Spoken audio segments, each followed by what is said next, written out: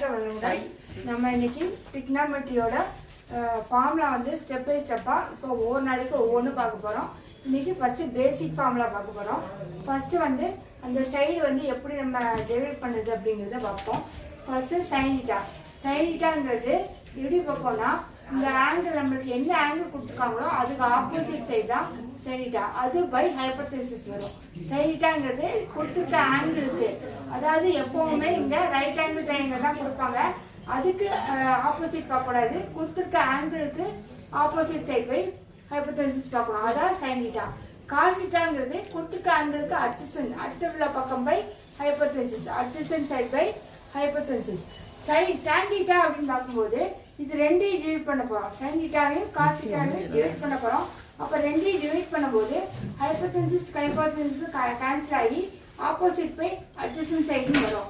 அப்போ டேன்டீட்டா equal to சைனிட்டா by காசிட்டான்னு வந்துடும்.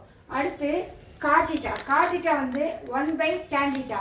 1 by டேன்டீட்டாங்கும்போது நம்ம டேன்டீட்டா கூட ஃபார்முலா சைன் பை காசு, அதை அப்படியே இங்கே போட்டோன்னா அப்படியே மாறும். காசிட்டா பை சைனிட்டான்னு மாறும்.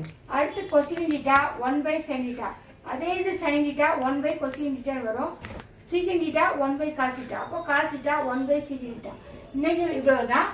நாளைக்கு முக்கியமான ஃபார்முலா எல்லாம் பார்ப்போம். ஓகே.